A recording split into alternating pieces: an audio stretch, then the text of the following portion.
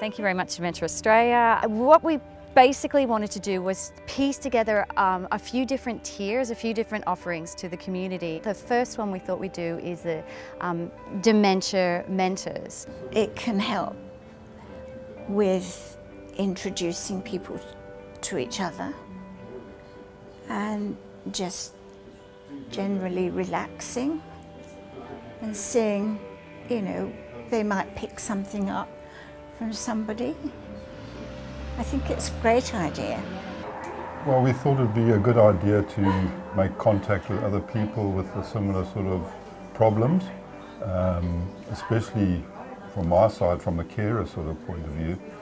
You know, I want to see how other people are dealing with the problems that we're having to deal with, because you don't want to have to deal with them in isolation. Because it's also nice, because we haven't lived here in Kuroya long, it's nice to meet people. So it's nice to get to know people that live around this sort of area. And then that gets to talking to people and you know, finding out how they did this and how they did that and what they want to do with the rest of their life, sort of thing. So I'm hoping that I'll learn something to help us along the way. It's a lonely road. I said I just want a place I can go to and feel good by myself, or if I need to have somebody with me, feel that they are happy here too. And if I can help by saying to other couples that, you know, there's no need to worry. What happened this morning was exactly what I would like to see, the network starting to develop. People, the peer support issue of people being able to share the same experiences, being seen, you know, that there are other people who have been there or are going where they've been.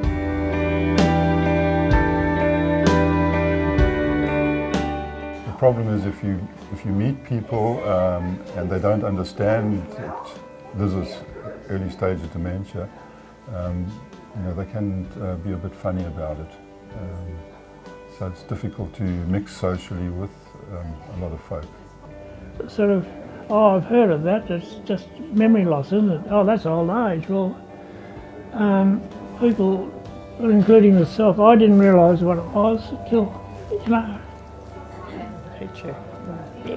Yeah, I think probably when we look at restaurants and cafes and those areas not being suitable for people with dementia, maybe, you know, if they're not built properly or designed for them, there might be too many barriers for them to relax and enjoy themselves there, or staff maybe don't understand how to have conversations. And places to go out and eat. I think there's a bit of a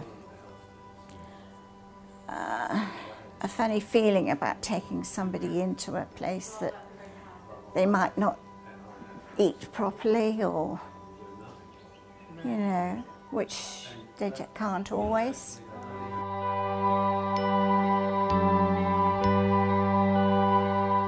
We had the meeting, our first inaugural advisory meeting yesterday, and hopefully with that, it will be an evolution that we're not quite aware of the direction. So I've been running a horticultural therapy program here at NoosaCare for about 4 years now, and I mainly work with the residents in Cartwright, which is a memory support unit here.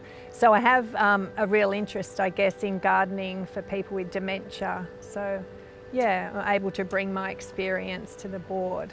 So I guess it was a way of contributing and a way of changing our community to be more understanding and empathetic to the people that we love, but also so that they understand that, you know, they might come into your shop and people might get frustrated because they're repeating the same thing. Actually, that person has lived a life. They've contributed to our community, they're loved, they were talented in various things, and they should be respected and supported.